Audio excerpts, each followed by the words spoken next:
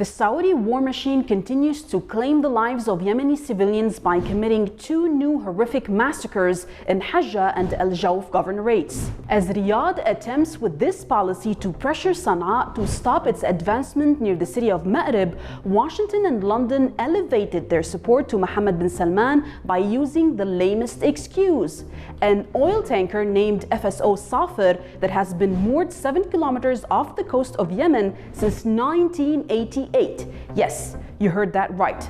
The international community is going above and beyond to pressure the Yemeni armed forces and the Ansarullah resistance to surrender the port of Hodeidah, which they have been controlling since the beginning of the Saudi genocidal war on Yemen on March 2015, by claiming the oil tanker is a time bomb. All the while, Saudi Arabia escalated its campaign of violence against Yemeni civilians last week, killing 9 people in al-Jawaf governorate, including 4 children. This attack came on July 16, just 3 days after an air raid that killed at least 6 children and 2 women, bringing the total number of civilians killed in the past week to 17, including 10 children. Yemeni children are paying with their lives in a war they have no part in, leaving families torn apart while the airstrikes continue to indiscriminately target civilians. According to the Yemeni Data Project, in the first 6 months of 2020, there was a 139% increase in bombing rates by the Saudi and Emirati-led coalition compared to the last 6 months of 2019. The escalation in violence in recent weeks comes after the UN Secretary General failed to list the Saudi and Emirati-led coalition in their annual report on children and armed conflict for all the grave violations the coalition committed against children in Yemen in 2019. This same international community, including the UN that is crying a river over the Safir oil tanker, is fully responsible for these massacres by removing the Saudi-led coalition from the list of shame for targeting children in Yemen. This only encourages Mohammed bin Salman to continue his brutal crimes against the people of Yemen and thus undermining any prospect for peace. Welcome to the Mideastream. I'm Marwa Osman.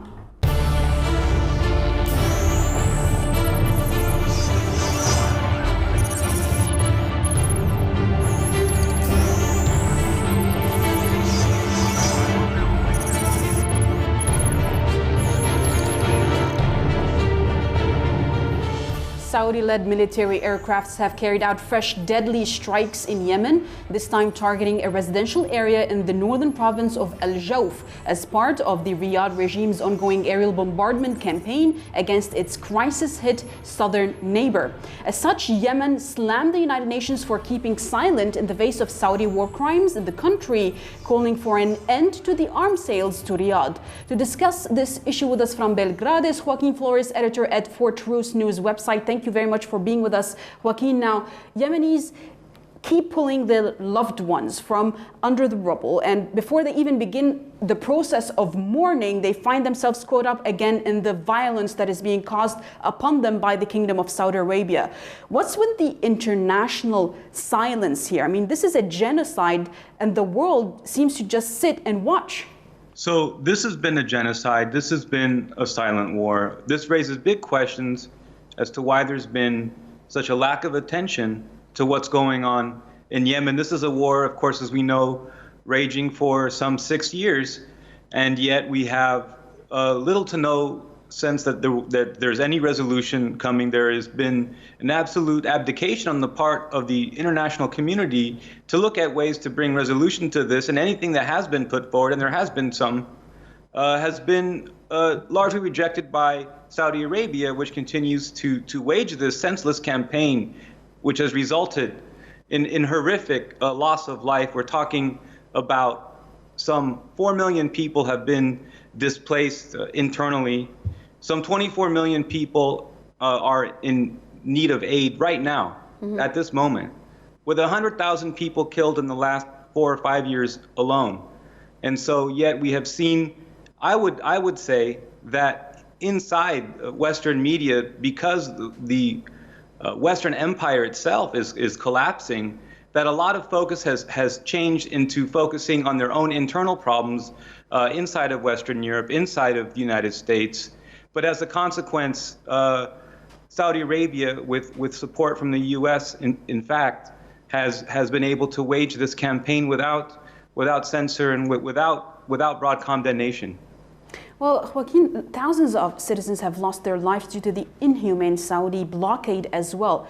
Apart from the bombing, there's also the blockade, the aerial, naval, and land blockade that has caused different diseases and prolonged starvation among the Yemeni population. Western mainstream media defends this war crime, claiming that it is a vital part of stopping the Yemeni resistance or the Ansarullah movement from having weapons or getting weapons into Yemen through these routes. But the Kingdom of Saudi Arabia buys top-notch weaponry from the US, from Germany, from the UK, you name it, and it's okay. But Yemen, to defend itself, it is not okay, despite the fact that Yemen has been manufacturing its own weapons, missiles, drones, locally for at least 4 years now. So there's been this ongoing narrative developed in some Western media corners.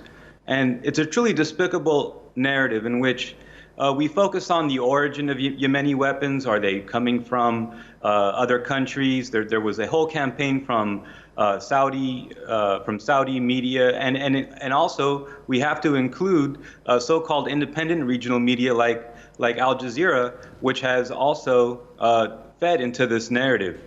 But instead of focusing on the assault itself, we focus on where does the resistance get its weapons, and instead of looking at Saudi Arabia, which I suppose it's entirely normal in international relations for countries to buy weapons from each other, suddenly we focus on the origin of weapons of those resisting. And so when we look, and I think that when we have to look comprehensively at this, and we have to look at this as an information war, since we're talking about media coverage. And it is as difficult as it is, because we're talking about a people that have been struggling under a war waged by Saudi Arabia, that there has been an absence in the information war on the part of Ansarullah of developing a coherent narrative that audiences outside of the broader, we can say, Arab world understand. Well, Joaquin, why is it so hard for legal organizations and the Security Council to take at least some practical steps to ensure basic security for the Yemenis here, instead of being an accomplice in the murder? And basically, they're just oppressing the nation by sitting aside and watching. Why don't they just do the minimum? Saudi Arabia has had tremendous influence in many of the smaller committees and different whether it's in the area of international rights or in heritage of World Heritage sites as well. The countries involved in this campaign against Yemen have direct and disproportionate influence in many of the global NGOs and those operating through UN structures. It really points to a failure on the part of the UN itself to act as it was, at least as it stated, intended to solve these sorts of problems, and it hasn't. Well, there's something interesting here, that the Yemeni armed forces have been boosting their military capabilities and responding to the attacks using, as we said, domestic missiles and drones, and targeting sensitive, very sensitive, if I may, oil installations and military sites deep inside the Saudi territory. This was not what's happened at the beginning of the war. This has been happening for the past at least 2 to 3 years maximum. The latter, which is Saudi Arabia, has brought about international condemnation, because obviously Saudi oil is worth more than Yemeni lives to the international community. But keeping it a bit real here, what are other options that the Yemenis can use to try and push the Saudis to stop this sort of incremental genocide that's taking place? Whether we're talking about inside of Yemen, where Saudi Arabia has been promoting its own interests, been promoting its own supporters, it's been bribing all sorts of people, even lesser figures in the religious communities, to develop a narrative that it is there to even help Yemen, which is such a sick and twisted narrative, that this is the country that has openly begun this conflict, is trying to now wage a battle for hearts and minds within within Yemen. But the fact that Ansarullah has been able to project into Saudi Arabia, despite we're talking about a 24-hour surveillance blockade of the country to make sure that not a single Iranian weapon winds up being used to resist Saudi domination. But the path forward is not going to be a military solution. This will just end up, look, Yemen could defend itself and they could wage this conflict and it will look worse than what we saw in Syria in terms of the destruction of the country. But what kind of victory is that? So of course there has to be a political solution. But that so long is what apparently the Kingdom of Saudi Arabia is not getting by waging more massacres upon massacres on the people of Yemen. That is the situation that we're in. I think that we have to put pressure on countries that have power in the region. So the United States has really lost a lot of power in the region. So we have to look at who has power in the region. It would seem that there are countries that are working against the possibility for the regional hegemons. We could say Saudi Arabia, we could say Iran. We could say that the regional hegemons haven't been able to come to an agreement, and as a consequence, Yemeni people are suffering, not because Iran hasn't proposed solutions, but because the Saudis have not been brought to their senses. Well, I want to thank you very much, Joaquin Flores from Belgrade, editor at For Truth News website. Thank you very much for being with us discussing the latest massacres committed by the Kingdom of Saudi Arabia against the people of Yemen. Thank you for being with us. Now, please stay tuned for our next segment about Iraq.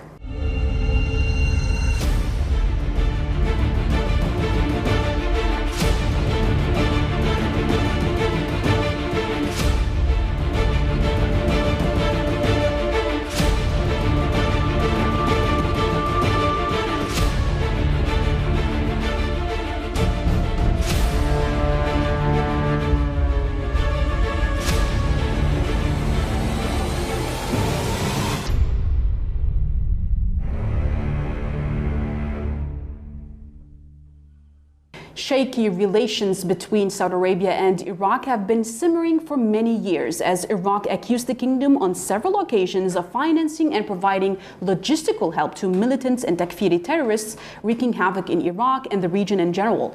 Will Prime Minister Mustafa al-Kadhimi be able to mend the disagreements, or will the fracture only widen as ISIS re-emerges in Iraq? More in this following report.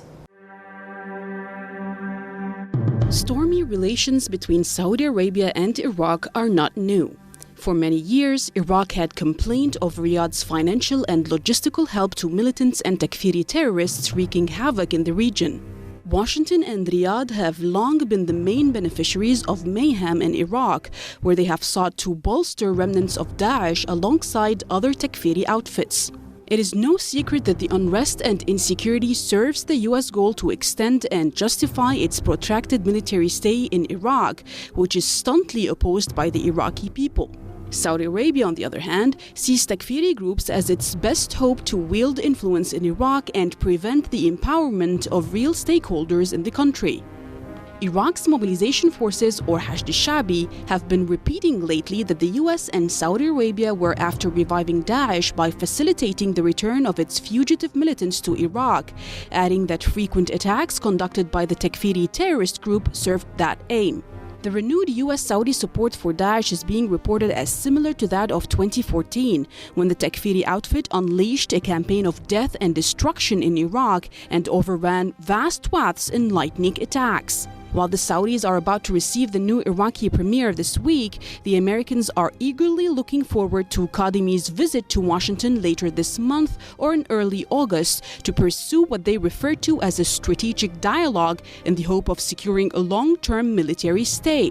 According to observers, Saudi Arabia wants to know whether or not the Iraqi Prime Minister intends to restrain the alliance between Iran and the Iraqi PMU, which has curbed most of the US-Saudi schemes to bend Iraq with their support for Takfiri groups. As the Iraqi Prime Minister Mustafa al-Kadhimi prepares to embark on a visit to two geostrategically distant capitals, Riyadh and Tehran, within the same week, before heading to Washington, observers look to see if the Iraqi Prime Minister will display political acumen in order to reap substantial benefits from these marathon and contradictory visits.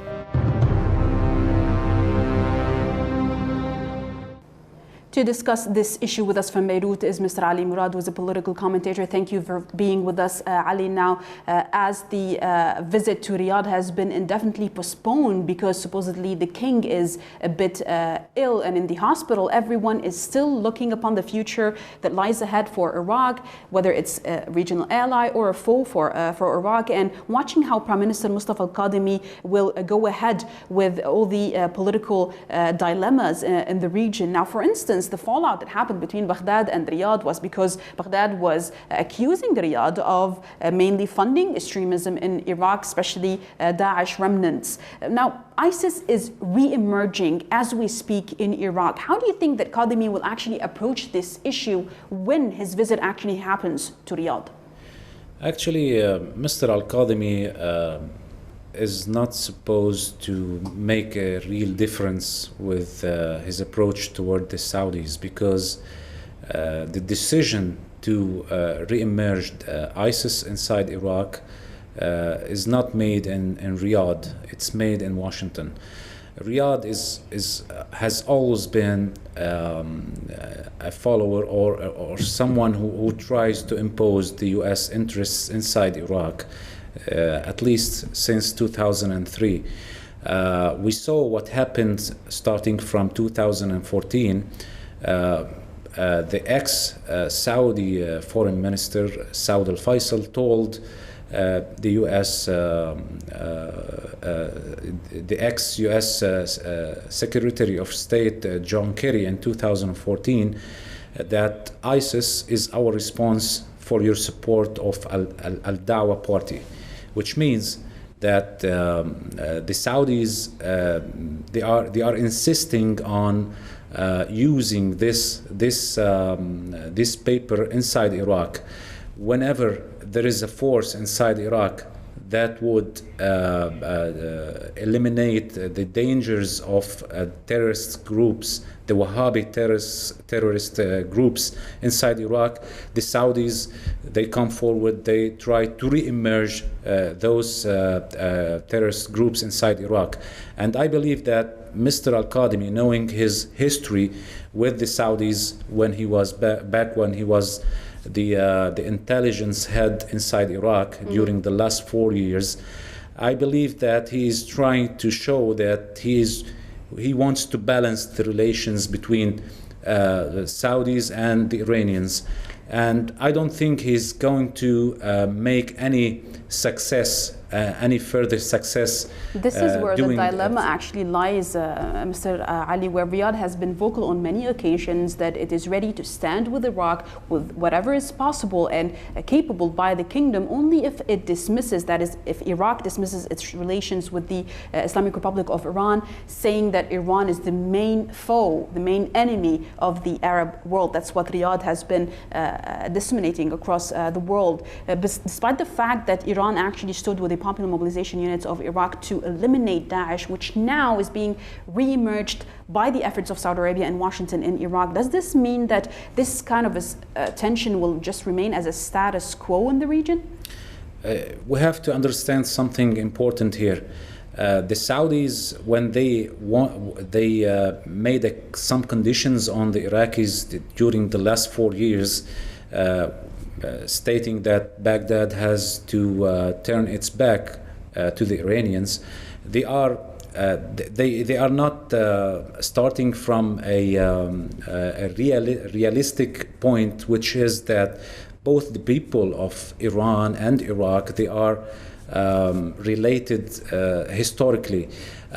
This point annoys Saudi Arabia, and they, as I said before, whenever there is a force inside Iraq that would protect the sovereignty of Iraq and help the country to emerge back to its regional role, the Saudis approach the Iraqis by threatening to make the terrorist groups active inside Iraq, and they, as we saw during the last 2 years, they tried to show the nice face to the Iraqis by saying that they would support Iraqis with billions of dollars, investments, stadiums, sports stadiums in Al-Basra.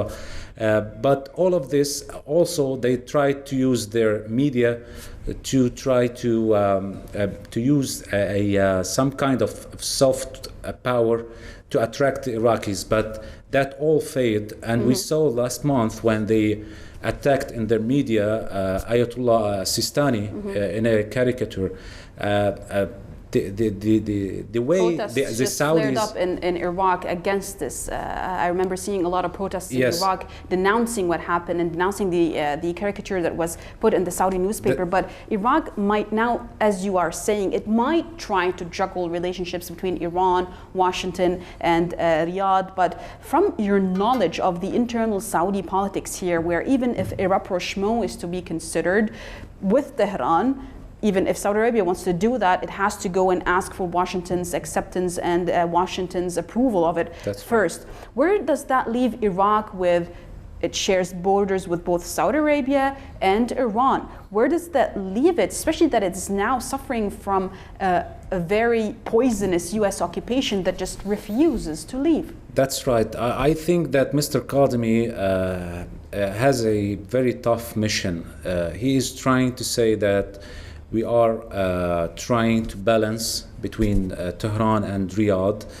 He chose Saudi Arabia as the first destination for his visits, as the first visit for the Iraqi Prime Minister, to try to show that the Saudis that we are trying to make some steps that would relieve the Saudi stance. But I think that the visit of the Iranian Foreign Minister, Mr. Zarif, to Baghdad on Sunday, maybe the Iranians sent a message. I think it's well known that Iran is ready for a dialogue with Saudis to settle the things in the region, because the forces inside the region, they are there is an interest, a common interest to solve the issues inside the region by themselves, by refusing the external interference. And I'm talking here about the U.S. interference in the region.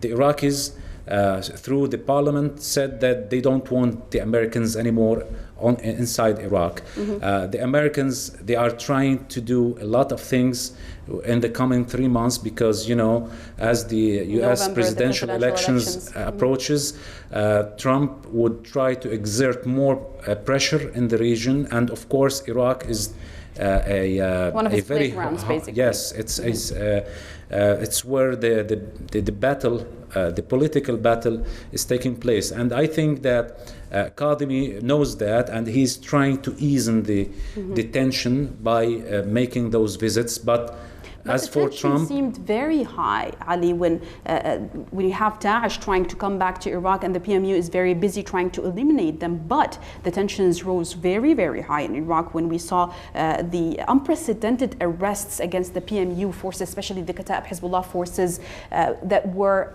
made upon demands by the United States of America. What is the Iraqi government now capable of doing to at least secure the back of the PMU while they fight Daesh? I don't think that Mr. Kadhimi is totally convinced that he has to protect the back of PMU. What happened last month with the arrest of some fighters, members of the PMU, it was like a test by Mr. Kadhimi and the Americans behind him. It failed, and we saw that the popular stance and the reaction was so tense. Mr. Kadhimi had to step back and try to say that he is not against the PMU, and the PMUs are part of the military forces, the official military forces in Iraq. The Saudis, they would be interested if the Iraqi government made some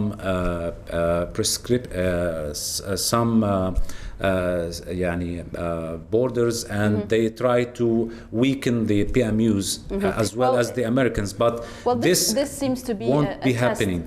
This would be actually a test for Prime Minister Kadhimi himself, if he will be able to do it or not, given the great tension within the Iraqi society backing the Popular Mobilization Forces. I want to thank you very much from Beirut, Mr. Ali Murad, political commentator, for being with us to discuss the Iraqi situation in the region. Thank you for being with us, and please stay tuned next week for more from the Mideastream.